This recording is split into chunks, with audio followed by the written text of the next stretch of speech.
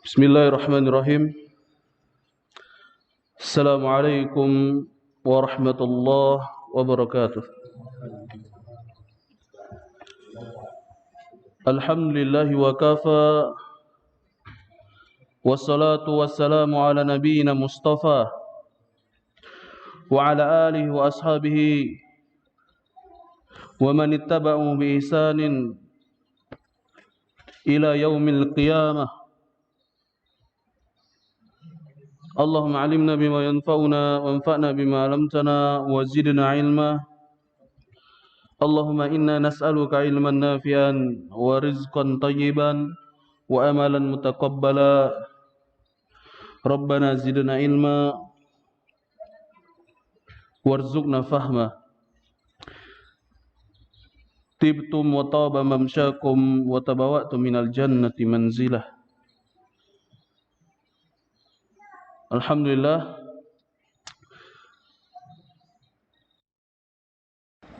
barakah, kita di kesempatan yang penuh diberkahi ini, alhamdulillah kita bisa bertemu kembali dalam rangka beribadah kepada Allah Subhanahu wa taala tadi, salat maghrib secara berjamaah, kemudian dilanjutkan oleh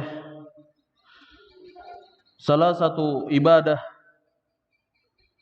yang mana dengan ibadah ini Allah Subhanahu wa taala memudahkan hambanya untuk menuju surganya insyaallah taala, yaitu menuntut ilmu.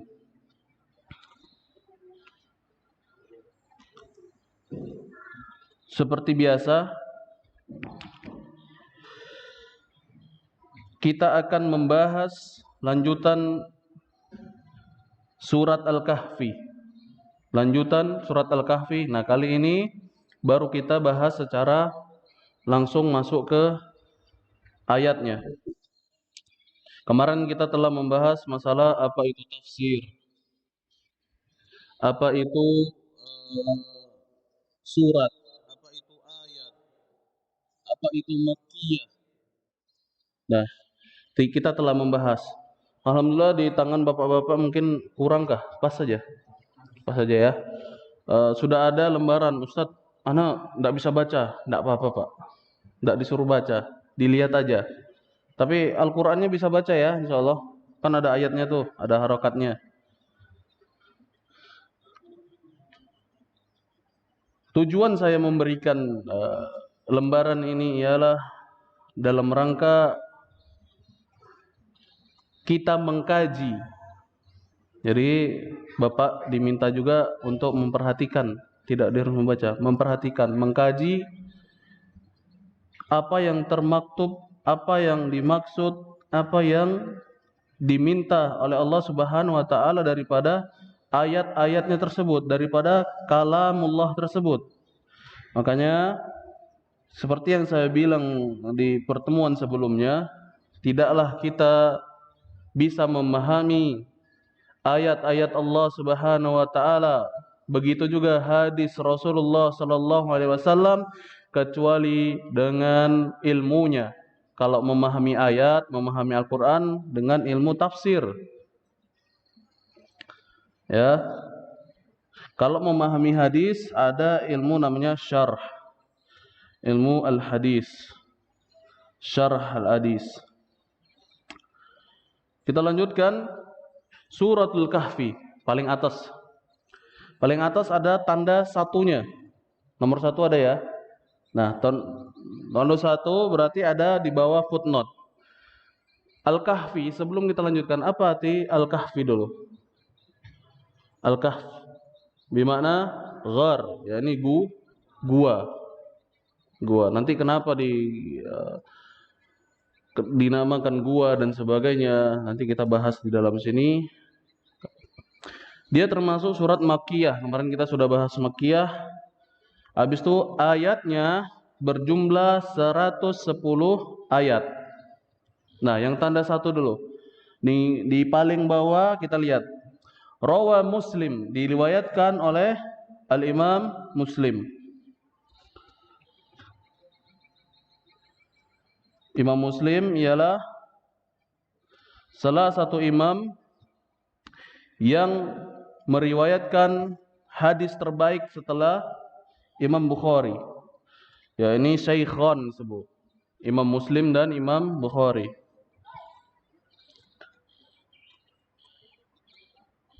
Di catatan kaki tertulis man hafidha asyra ayatin min awali suratil kahfi usima minad dajjal. Ini yang pertama, Pak.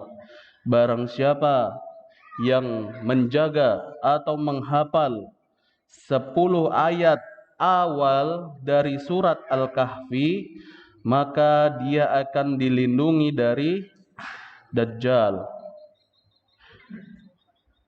Wa rawa ad-Darimi fi musnadihi an Abi Sa'id Al-Khudri radhiyallahu anhu, man qara'a suratal kahfi lailatal jumu'ati adha'a lahu minan nuri fima bainahu wa bainal baitil atiq. Barang siapa yang membaca surat Al-Kahfi di malam Jumat, maksudnya malam ini. Ada yang berkata lagi, selama itu masih hari Jumat, maka Allah akan memberikan kepadanya, memancarkan kepadanya cahaya antara dirinya sampai Baitul Atiq. Apa Baitul Atiq, Pak? Kira-kira apa? Ka'bah. Baitul Atiq nama lain dari Baitullah. Kemudian ada juga yang bilang Baitullah berarti rumah Allah. Ada yang bilang Baitul Haram, yaitu rumah suci. Itu nama lain dari Ka'bah. Jadi barang siapa yang membaca surat Al-Kahfi pada malam hari Jumat atau disebutkan di hari Jumat, maka dia akan dipancarkan cahaya kepada dirinya antara dia sampai ke Mekah sana. Kira-kira berapa kilo Ka'bah dari sini, Pak? Ada yang pernah ngitung nggak? Kalau naik pesawat berapa jam? Mungkin pernah umroh ya? 8 jam mungkin ya. Naik pesawat 8 jam, 7 jam. Kalau zaman dulu kakek-kakek kita mungkin naik kapal sebulan. 3 bulan nggak, Pak? Wih. Pulang-pulang udah punya anak kayaknya. 3 bulan ya. Alhamdulillah. Sekarang Masya Allah. Sekarang walaupun kita ada uang, susah buat umroh juga. Susah. Saya juga megang travel. Antum punya uang minimal 30 juta itu belum bersih. 30 juta itu pun belum tentu bisa keluar visa. Susah buat umroh sekarang, zaman pandemi seperti ini. Belum karantina dan sebagainya. Kemudian waruya aidon, dan diriwayatkan juga anna man qara'aha yaumal jumu'ati ghufira lahu ila jumu'atil ukhra wa ziyadata salasati ayyamin wa u'tiya nurun yablughu sama' wa fi fitnatil dajjal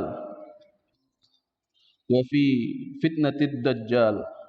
Dan bahwasanya siapa saja yang hari Jumatnya membaca surat Al-Kahfi ini, maka dia diampunkan Jum'ah, mungkin hari Jumat, sampai hari Jumat depan. Maksudnya apa? Dosa-dosa kecilnya diampuni, selama dia tidak berbuat dosa besar. Kemudian ditambah 3 hari. Masya Allah, sudah diampuni 1 pekan, ditambah 3 hari. Jadi 1 pekan ditambah 3 hari. Jumat, Sabtu, Ahad, Senin. Ditambah 3 hari sampai hari Senin. U'tiya nuran yablughu sama. Kemudian dia dipancarkan cahaya, diberikan cahaya sampai ke langit. Dan terhindar dari fitnah Dajjal. Fitnah artinya apa, Pak? Tuduhan. Fitnah dalam bahasa Arab bukan seperti fitnah yang terjemahan dari bahasa Indonesia. Fitnah dalam bahasa Arab maksudnya ialah bencana, ujian. Karena pada akhir zaman nanti ketika Dajjal muncul, dia akan membawa pasukan, rombongan. Apakah kita termasuk rombongannya? Nah, makanya kita berharap terhindar dari fitnah Dajjal ini, sehingga kita tidak menjadi pengikutnya kelak di akhir zaman.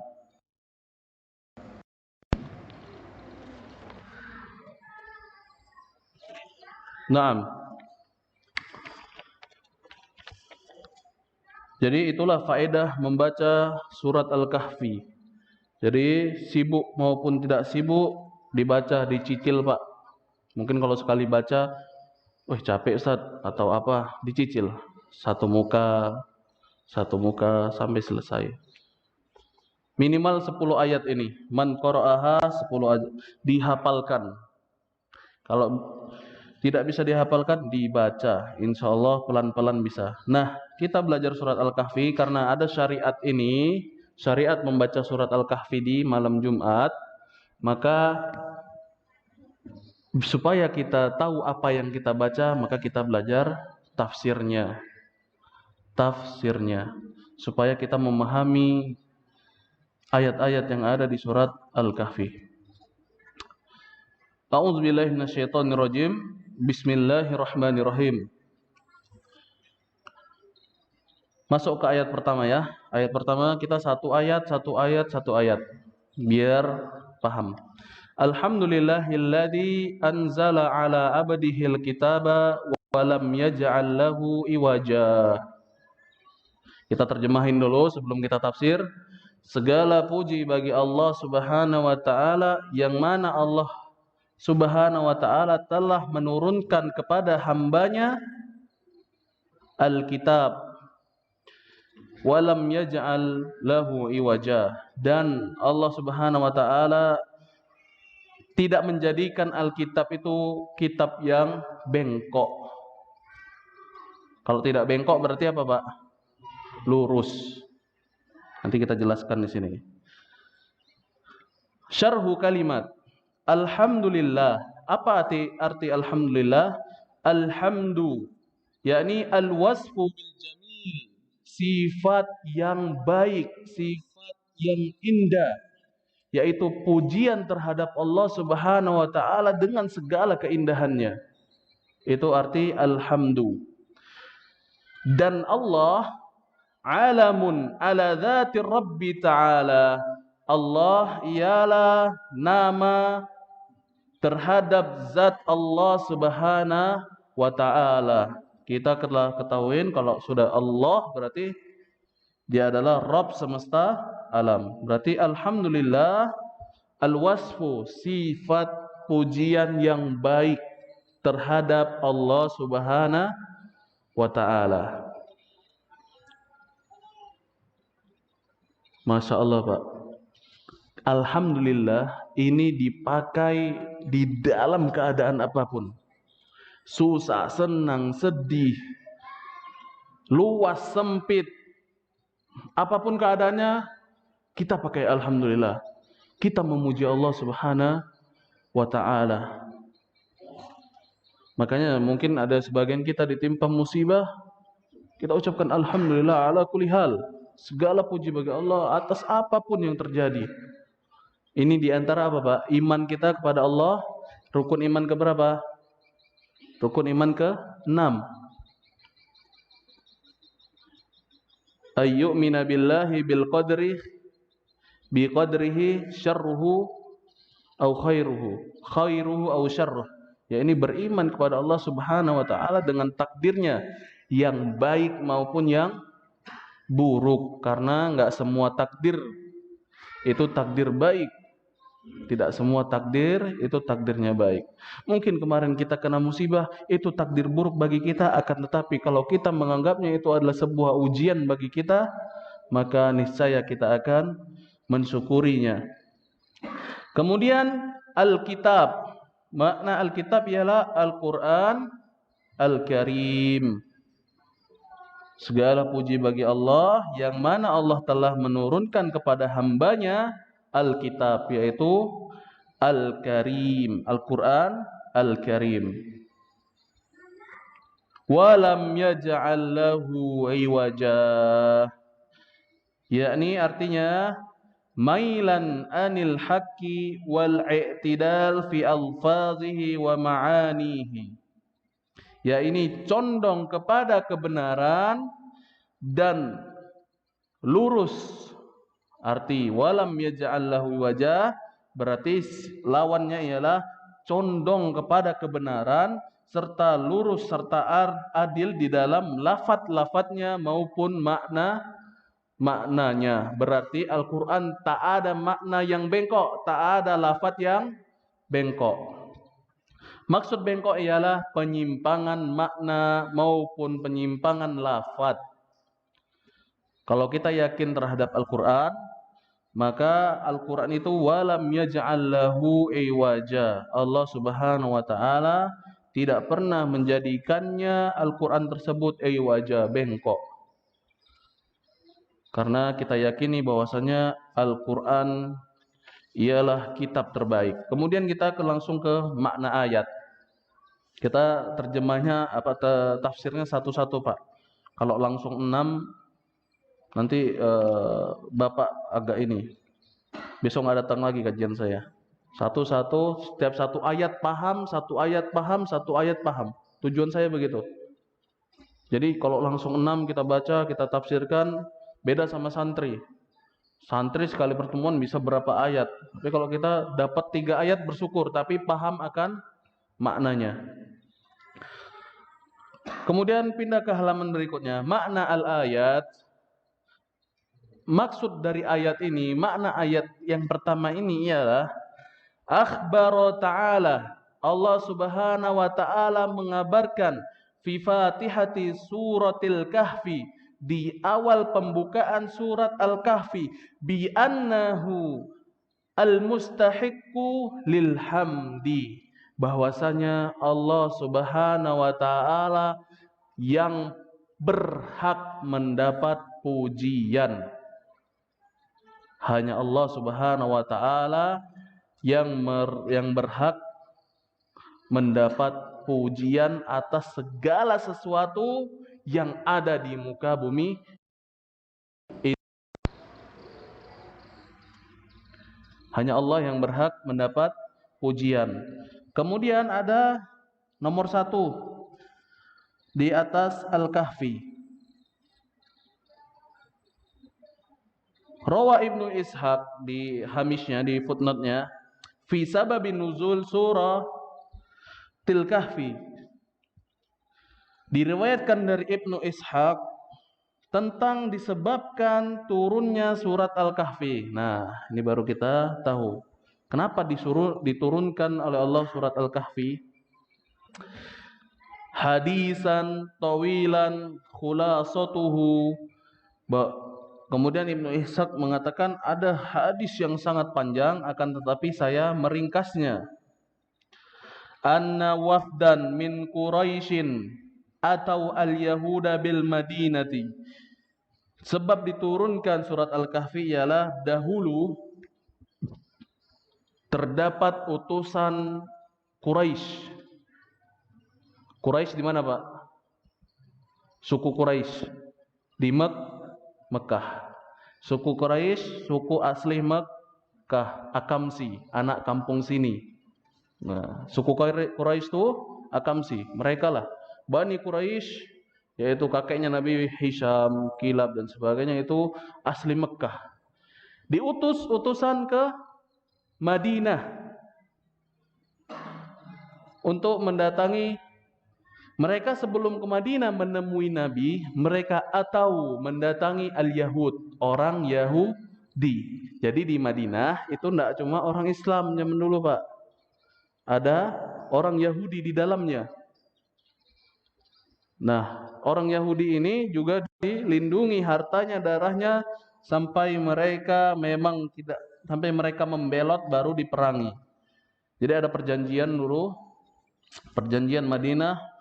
Intinya tidak boleh saling menjaga, intinya sesama masyarakat saling menjaga. Saya jalan dengan agama saya, Anda jalan dengan agama Anda. Tidak boleh saling mengganggu. Quraisy ini mendatangi Yahudi di kota Madinah. Wa qalu lahum antum ahlul kitab. Dan orang Quraisy ini berkata kepada Yahudi tersebut, kalian ini ahlul kitab. Fa akhbiruna an sahibina hada, maka kabarkanlah kami sahabat kami ini. Kenapa dibilang sahabat? Karena Nabi Muhammad dari suku Quraisy, tapi Nabi hijrah ke Madinah. Hada Muhammadan sallallahu alaihi wasallam. Kabarkan pada kami. Orang Quraisy ini kepo terhadap Nabi. Kepo apa ya? Pingin tahu gimana Nabi ini, gimana keadaan orang ini. Jadi diutus karena hal itu. Kemudian al-Yahud faqala orang Yahudi berkata, saluhu an salasi. Tanyalah kepada dia, kepada Muhammad sallallahu alaihi wasallam, an salasi na'murukum bihinna fa in akhbarakum bihinna fa huwa nabi. Tanyakan 3 perkara yang mana telah diperintahkan kepada kami untuk menanyakannya sebelumnya kepada Nabi Muhammad. Kalau dia bisa benar dalam perkara itu, maka akuilah dia sebagai nabi, kata Yahudi ini kepada orang Quraisy. Fahuwa nabiyyun mursalun, nabi yang diutus. Fa illam yaf'al fahuwa rajulun mutaqawwilun farru fihi ra'yakum. Apabila dia tidak tahu akan pertanyaan tersebut, maka Muhammad hanyalah pendusta, kata orang Yahudi ini. Jadi orang Quraisy datang, gimana Muhammad ini? Ditanyakan, karena pengen tahu. Kata Yahudinya, tanya 3 perkara, yang mana kalau Muhammad tahu jawabannya atas 3 perkara ini, maka dialah Nabi mursal, dialah Nabi yang diutus. Ini orang Yahudi yang bilang kepada orang musyrik dari Quraisy. Apabila dia tidak bisa menjawab, apabila tidak bisa, maka dia termasuk rajulun mutaqawwilun, orang pendusta yang suka berdusta. Farru fihi ra'yakum, apabila dia telah berdusta, maka urusannya kembali kepada kalian wahai Quraisy.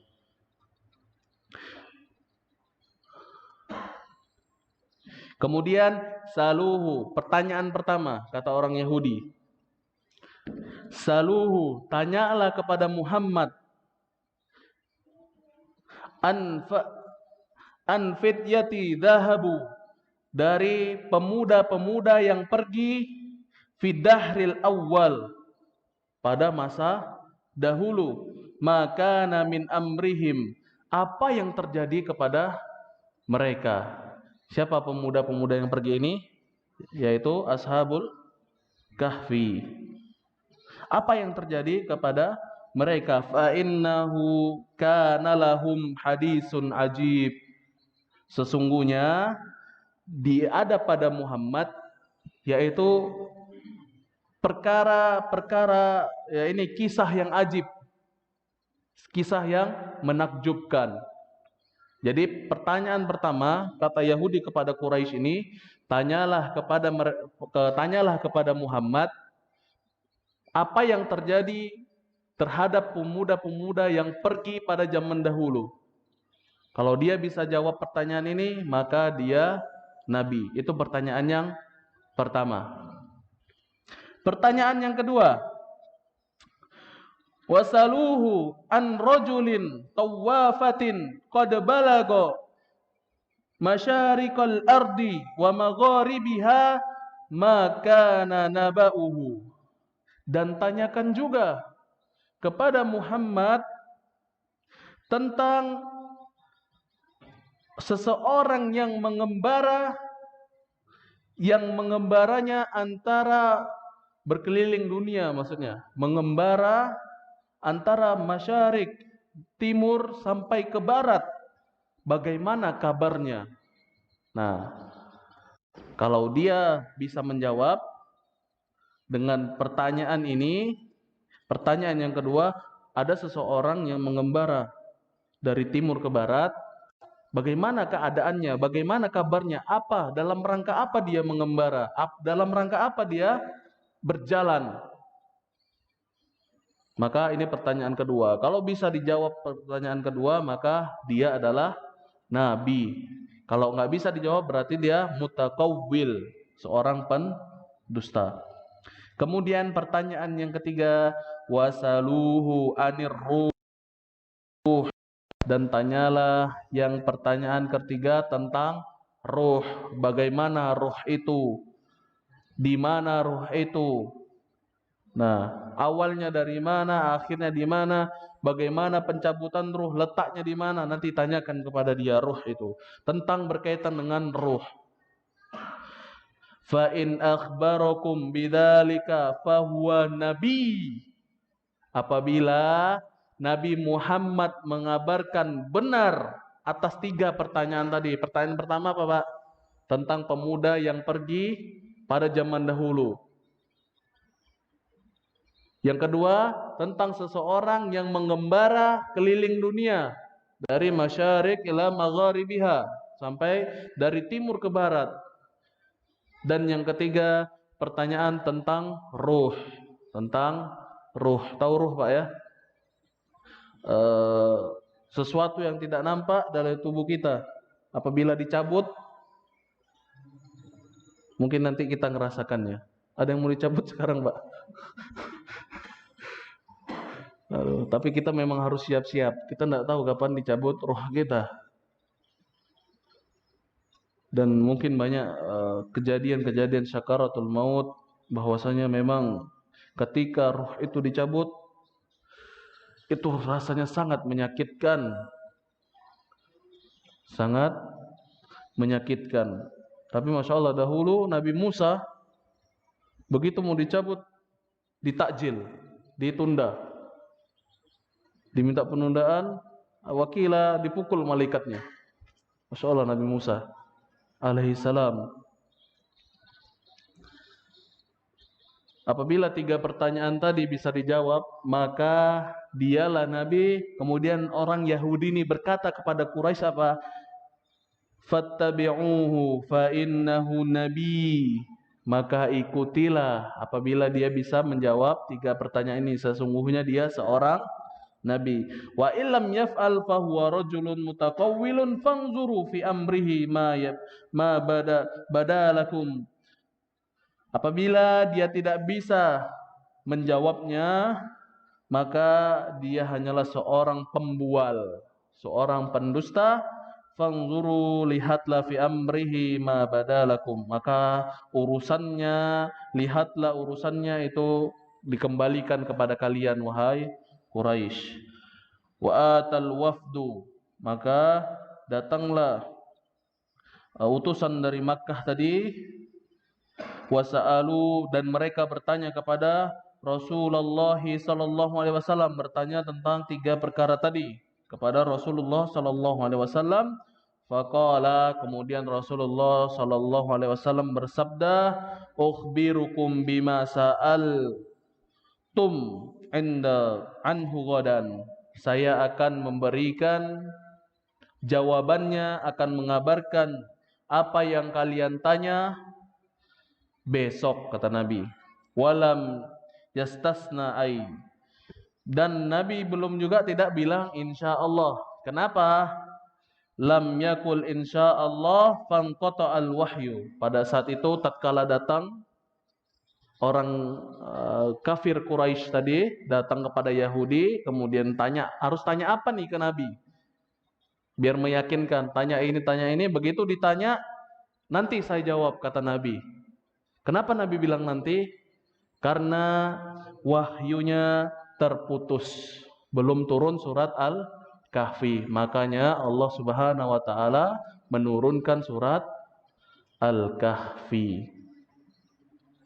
Makanya Allah Subhanahu wa taala menurunkan Surat Al-Kahfi wahyunya terputus selama nisfu syahr, yakni setengah bulan. Summa nazalat suratul kahfi wa fiha jawab ma sa'alu, dan di dalam surat Al-Kahfi terdapat jawaban apa yang ditanyakan oleh orang-orang Quraisy tersebut. Itulah penyebab atau sababun nuzul, sebab-sebab turunnya surat Al-Kahfi. Ada 3 pertanyaan tadi. Nanti kita bahas satu-satu. Oh ya, nanti pertengahan mungkin kita sudah sampai ke ayat-ayatnya, yang di tengah-tengah mungkin jawabannya baru terbuka satu per satu. Tentang Ashabul Kahfi, siapa aja yang di dalamnya, berapa orang, sama siapa dia, kemudian siapa orang yang mengembara ini yang berkeliling dunia, bagaimana kabarnya, apa yang terjadi, kemudian bagaimana tentang ruh, nanti dijawab di surat Al-Kahfi. Itulah sebab nuzul surat Al-Kahfi. Kemudian dari makna ayat yang pertama, wa annal hamdalillah dzikrun mujabun dzalik, dan bahwasanya alhamda, pujian kepada Allah Subhanahu wa taala wajib diucapkan, harus diucapkan hanya untuk Allah Subhanahu wa taala. Wa huwa inzaluhu ala abdihi wa rasulihi Muhammad sallallahu alaihi wasallam al-kitabul fakhm al-azim, dan dialah Allah yang menurunkan kepada hambanya dan rasulnya Muhammad sallallahu alaihi wasallam al-kitab al-fakhm, al-kitabul fakhmul azim, kitab yang mulia, yang agung. Wa huwal Qur'anul azim, dan dialah Al-Qur'an al-azim, al-karim, yang mulia. Faqala alhamdulillahilladzi anzala ala abdihil kitab. Segala puji bagi Allah, yang mana Allah Subhanahu wa ta'ala menurunkan kepada hambanya yaitu kitab, yaitu Al-Quran. Wa qawluhu ta'ala walam yaj'al lahu iwaja, dan Allah Subhanahu wa ta'ala tidak memberikan, tidak menjadikan kepada Al-Quran itu iwaja, bengkok, berarti tidak ada penyimpangan di dalamnya. Kita harus meyakini itu, Pak. Al-Quran ialah kitab walam yaj'al lahu iwaja, tidak bengkok sama sekali. Walam yaj'al lahu iwaja, ay walam yaj'al lidzalikal kitab al-azim, tidak dijadikan kepada kitab tersebut yang mulia iwajan, ay mailan anil haqil wal i'tidal fi alfazihi wa ma'anihi, fa huwa kalamu mustaqimun muhaqqaqun li akhidhi bihi kulla sa'adatin wa kamalin fil hayatain. Ya, ini maksud walam yaj'al lahu iwaja, dia itu ialah condong ke arah benar dan adil dan lurus di lafaz-lafaznya dan makna-maknanya, dan dia ialah firman Allah Subhanahu wa taala mustaqimun, yang lurus, muhaqqaqun, yang paling benar, li akhidhi bihi kulla sa'adin, barang siapa yang mengambil Al-Qur'an sebagai pedomannya, kulla sa'adatin wa kamalin, maka dia akan merasakan kebahagiaan dan kesempurnaan fil hayatain, di dua kehidupan. Maksudnya apa? Dunia dan akhirat. Maka Pak, jangan ragu menjadikan Al-Quran sebagai pedoman kita semua. Tatkala kita beriman kepada Allah Subhanahu wa ta'ala, kemudian rukun iman kedua beriman kepada malaikat, yang ketiga beriman kepada kitab Allah. Itulah tafsir ayat yang pertama. Sebelum kita lanjut, ada pertanyaan Pak, ayat pertama. Ustaz, saya belum paham sama ayat pertama ini. Jadi pertanyaan tidak akhir. Kita satu paham, pindah ke ayat berikutnya. Ada pertanyaan Pak Sanusi? Ayat pertama. Intinya Al-Quran Allah Subhanahu wa Ta'ala turunkan kepada kita, gak ada keraguan. Dzalikal kitabu la raiba fih hudal lil muttaqin. Itulah kitab, yaitu Al-Quran, la raiba fih, tidak ada keraguan di dalamnya, hudal lil muttaqin, sebagai huda, petunjuk bagi orang-orang yang bertakwa.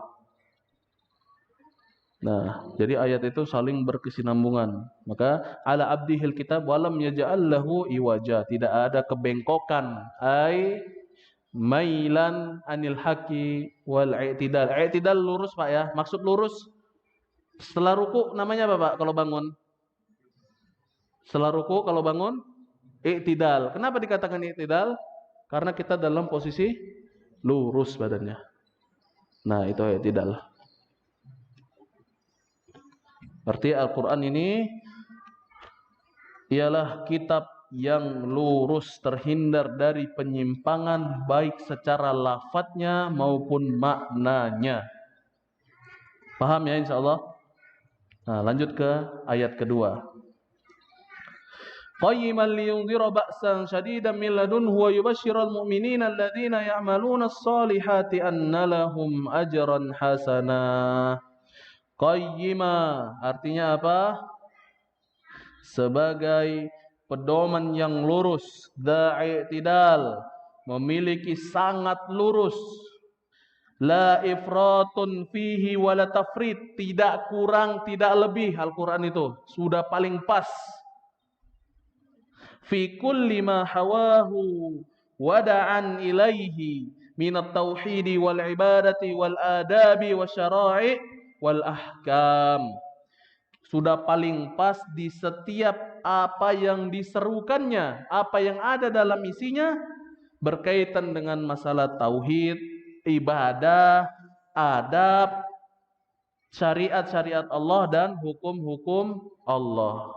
Sudah lengkap di dalamnya, masalah tauhid, masalah ibadah, masalah adab, akhlak, syariat Allah dan ahkam dan kisah-kisah yang lain.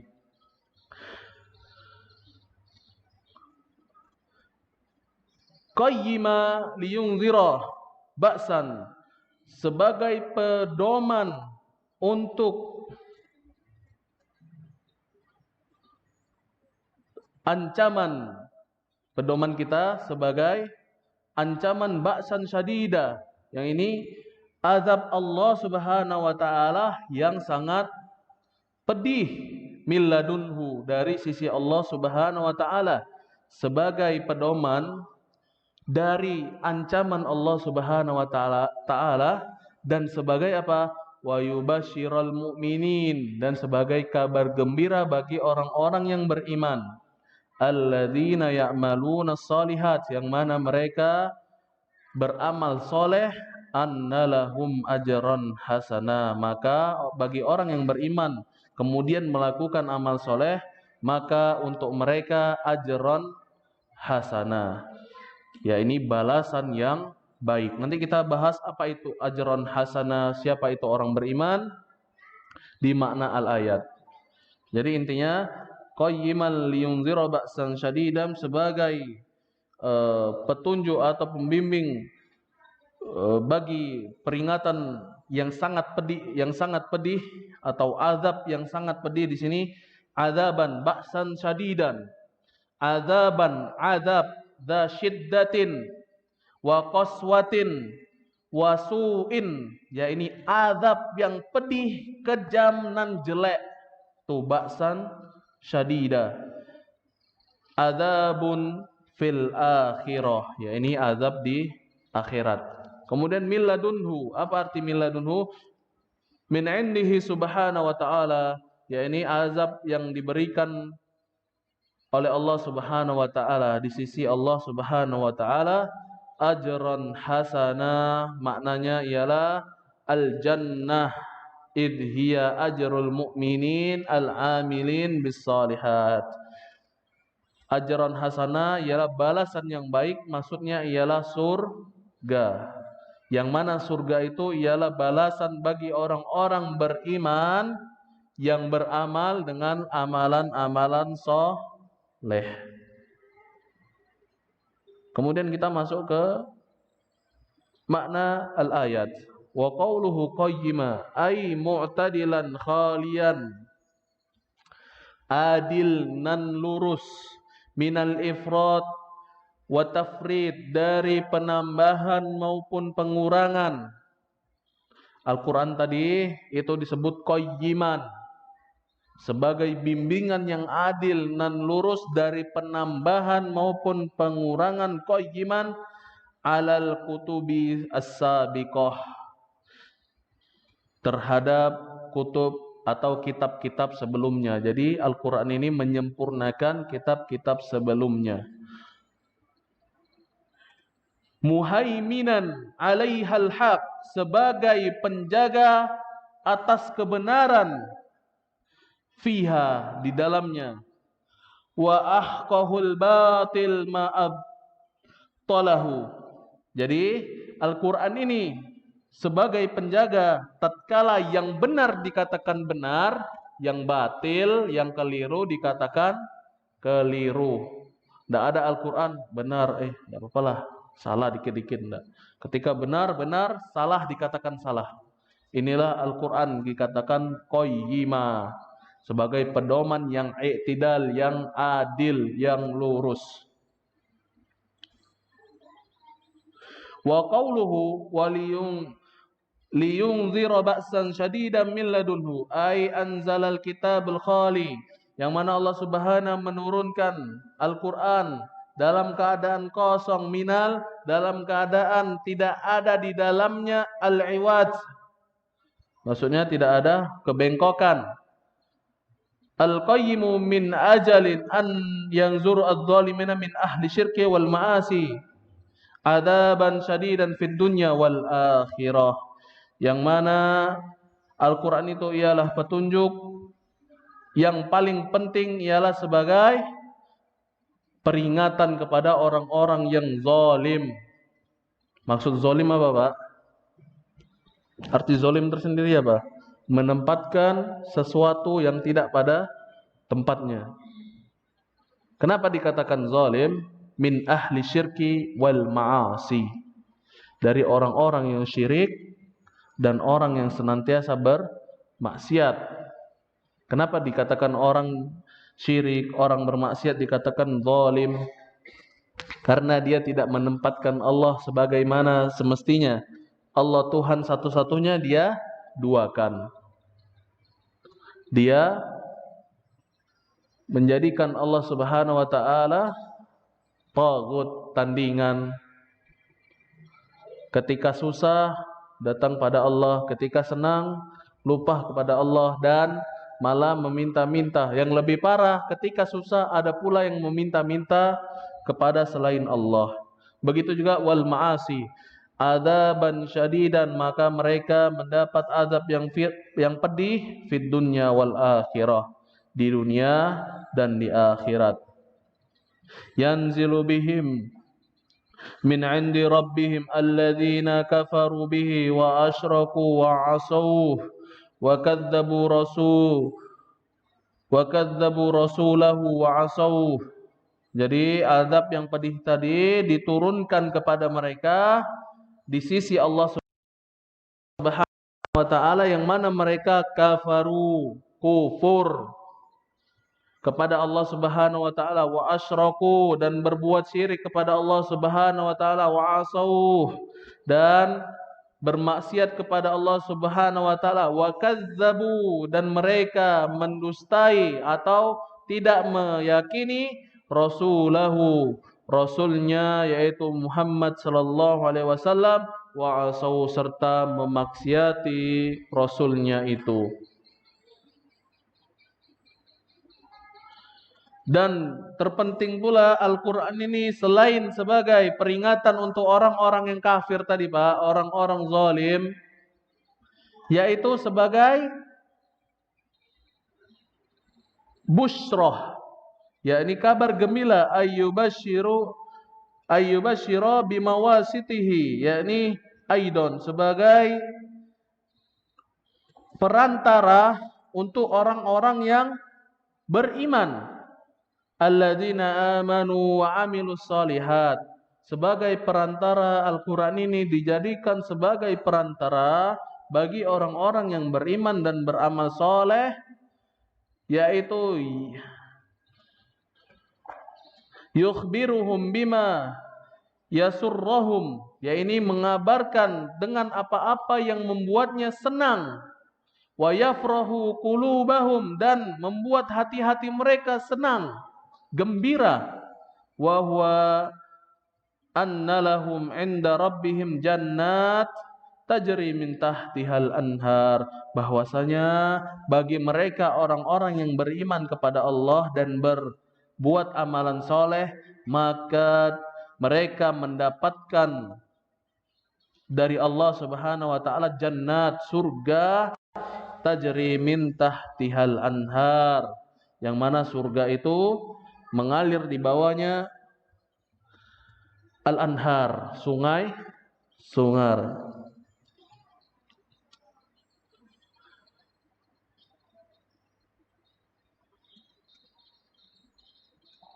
Ada berapa air Pak di dalam surga kira-kira? Nah, ayatnya kalau nggak salah uidal lil muttaqun, tunggu dulu. Fiha anharum ladzatil lisyaribin. Kemudian wa asalum musaffa, madu yang murni. Wa khamr, lupa saya ayatnya, saya cari dulu. Wa asalum musaffa,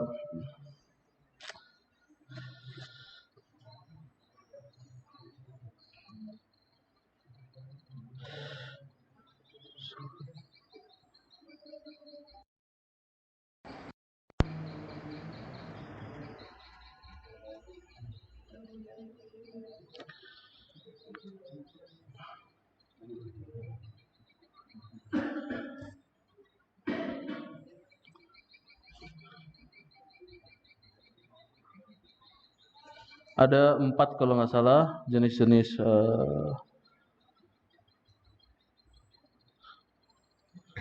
air di surga itu. Masalul jannati allati u'ida lil muttaqin fiha anharum, lupa saya pula, astagfirullah. Syuruna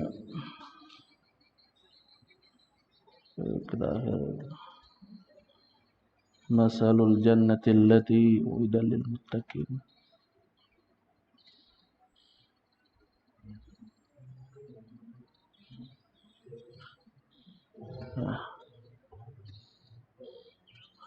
Ini ayatnya, masalul jannati allati wu'ida lil muttaqun, perumpamaan surga yang dijadikan janjian, yang dijanjikan kepada orang-orang yang bertakwa.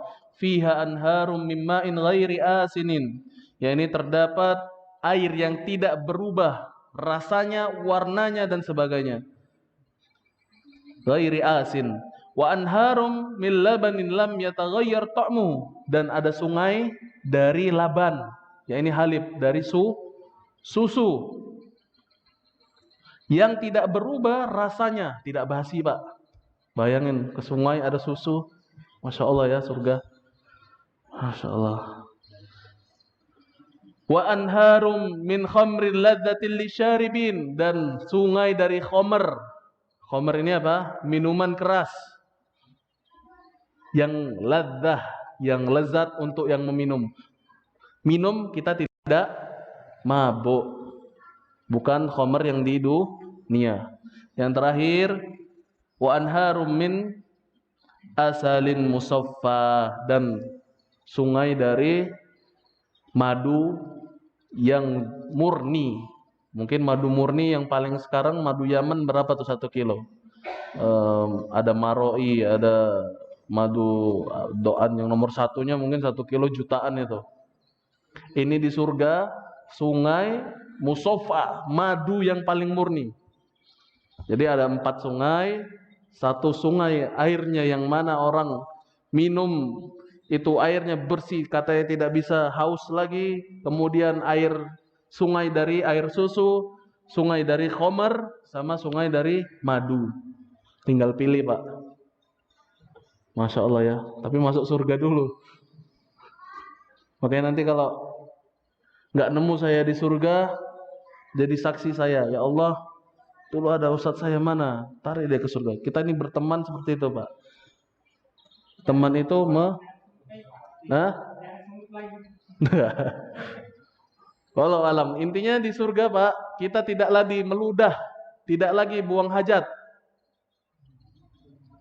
Tidak ada kejelekan di surga sama sekali. Tidak ada rasa derita, tidak ada rasa sedih, tidak ada rasa sakit hati, nggak ada sudah. Semua keindahan-keindahan. Gimana? Walau alam, Pak, enggak pernah kesana. Yang telanjang itu mana? Hah?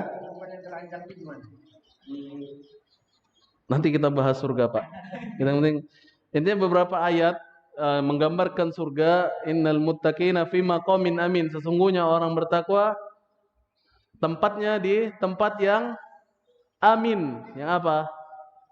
Yang sudah jelas, aman, tidak ada gangguan. Fi jannati wa uyun. Di dalam surga yang terdapat di dalamnya mata air. Kita aja di dunia Pak, lihat tempat ada mata airnya, wah, kayak ini surga, mata air. Yalbasuna fiha min sundusin istabraqim mutaqabilin. Dipakaikan pakaian kebanggaan bagi penduduk surga nih. Pakaikan jubah di surga, kita didudukkan berhadap-hadapan. Wallah, gimana gitu nanti, Pak? Pakaikan baju surga, wakila dari sutra dan sebagainya. Maka kita nggak boleh pakai sutra di dunia bagi laki-laki, karena itu pakaian di surga nanti.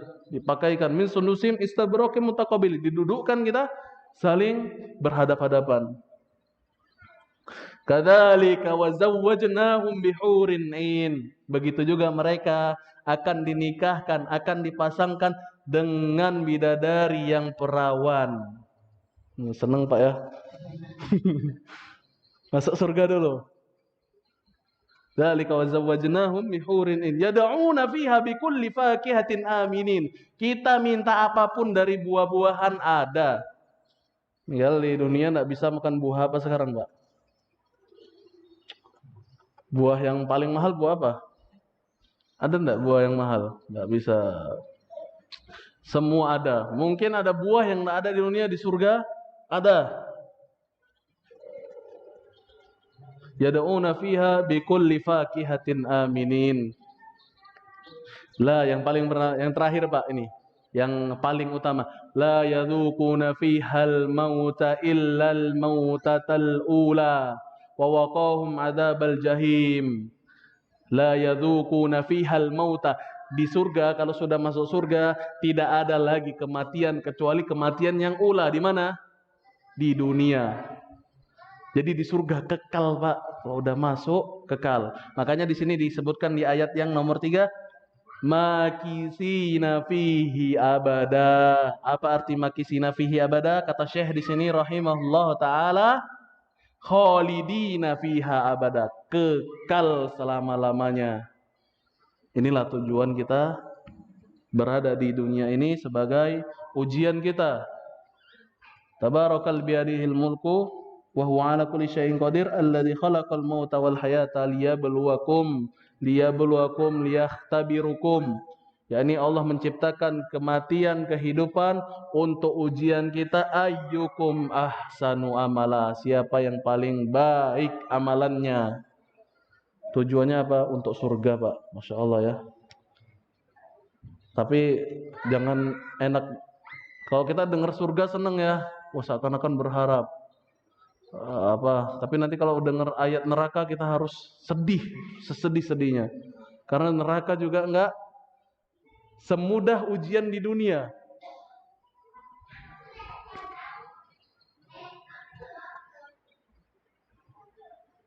Tidak semudah ujian dunia. Makanya Allah telah menggambarkan surga dan neraka di dalam ayatnya. Masya Allah, sudah lewat. Tidak diingatkan. Makanya mungkin sampai sini ayat ketiga ya, makisina fihi abada. Mungkin besok sebenarnya bisa ya, setelah azan kita lanjut sedikit buat nutup, itu lebih baik sebenarnya. Azan dulu, tutup sedikit nanti baru kita sholat. Seperti itu biasanya kami dahulu. Bahkan dulu kami di pondok azan jam 12, sholat zuhurnya jam 1. Masih ada pelajaran soalnya. Karena mentakjil ini tidak masalah. Begitu juga sebagian di Saudi, mereka azan jam 8, mulai sholat ada yang jam 10, jam seberapa. Karena masih ada kegiatan yang ilmiah, yang mana bisa ditakjil sifatnya, diundur. Mungkin azan dulu sambil kita rampungkan ini. Monggo muazin sebelum kita tutup azan sebentar. 3 ayat sudah kita bahas. Insyaallah mungkin ada yang bertanya di sini, Pak, masalah 3 ayat pertama ya. Setelah Allah Subhanahu wa taala menurunkan kitabnya Al-Qur'an yang mulia dan diyakini bahwasanya di dalam Al-Qur'an tidak ada penyelewengan, tidak ada penyimpangan, sebagai apa? Pedoman hidup seseorang, sebagai peringatan azab Allah yang pedih dari sisi Allah, dan sebagai berita gembira bagi orang-orang yang beriman serta orang-orang yang beramal soleh, annalahum ajran hasanah, maka bagi mereka yang beriman dan beramal soleh, maka bagi mereka ajran hasanah, yaitu balasan yang baik, yaitu surga Allah Subhanahu wa taala, makisina fihi abada, yaitu khalidina fiha abada, yaitu kekal selama-lamanya di dalam surga Allah Subhanahu wa taala. Insyaallah ya. Lumayan 3 ayat, besok 3 ayat dicicil. Jangan berhenti, wah sudahlah 3 ayat cukup. Jangan Pak. Karena masih ada kisah-kisah yang bisa dipetik dari surat Al-Kahfi ini yang sangat Masya Allah. Nanti kisah orang Nabi Musa yang diikutin oleh Nabi Khidir, bagaimana kok ada perahu tiba-tiba dibolongin, anak kecil 2 dibunuh, kemudian ada rumah dari orang miskin dibakar dan sebagainya. Nanti kita bahas di sini. Surat Al-Kahfi ini Masya Allah ya. Kenapa fadilahnya diangkat di sini, ada keutamaan karena selain dari fitnah Dajjal, kita bisa ngambil ibrah dari ayat-ayatnya yang sangat bagus, kisah-kisahnya tentang kehidupan sehari-hari kita. Nanti bisa jadi hidayah kita untuk mengamalkan Al-Quran ini. Intinya dari ayat 1-3 ini Allah mengabarkan Al-Quran di dalamnya tiada penyimpangan, kemudian sebagai ancaman seseorang bagi yang berbuat kejelekan dengan ancaman yang syadid, dengan azab yang syadid, kemudian sebagai berita baik, sebagai berita gembira bagi orang-orang yang beriman serta melakukan amal kebajikan, mereka akan mendapat ganjaran yaitu surga Allah Subhanahu wa taala. Kemudian apabila sudah mendapat surga Allah Subhanahu wa taala, maka dia akan dikekalkan di dalam surganya insyaallah taala. Sebelum ditutup, ada pertanyaan, Pak? Adakah?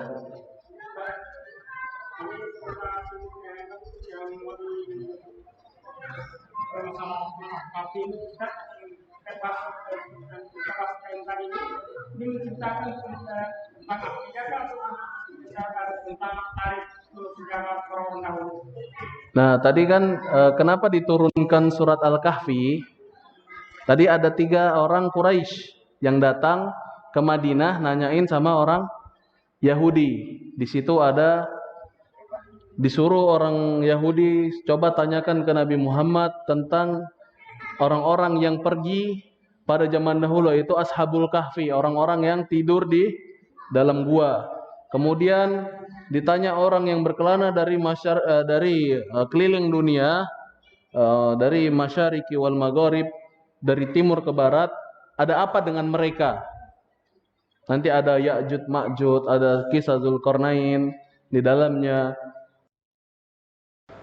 Itu Pak, ini 3 ayat dulu, nanti 3 ayat lagi kalau bisa, kalau sudah mulai nemu ritmenya nanti sampai kisah-kisah, insya Allah kita ketemu sampai habis, jadi kita paham, oh dalam Al-Kahfi ini isinya apa aja, begitu nah Pak. Jadi kita harap Allah Subhanahu Wa Taala mengabarkan di sini dengan Al-Qur'annya tiada keraguan, tiada penyimpangan di dalamnya, maka insya Allah kita bahas gak cuma surat Al-Kahfi, tapi surat-surat yang lain kalau ada waktu dan umur panjang insya Allah Ta'ala. Masya Allah pertanyaan Bapak, kita ngambil fadilahnya dulu dari surat Al-Kahfi supaya minimal bisa membaca dulu lah, dapat terhindar dari fitnah dari Jumat ke Jumat. Maksudnya kalau di dalam agama Islam itu bukan 1 minggu, kalau minggu dari minggu ke minggu, tapi Islam itu Jumat ke Jumat, dari hari Jumat ke Jumat lain namanya 1 pekan. Ditambah lagi diampuni oleh Allah 3 hari seperti di awal tadi. Begitu Pak. Insyaallah. Hadir aja Pak. Insyaallah seru kisah-kisahnya di dalam Al-Kahfi ini. Insyaallah kita bahas pelan-pelan maksud dari ayatnya apa, kita bahas satu persatu. Ada pertanyaan? Ada enggak? Kalau tanya surga, bidadari, seneng loh.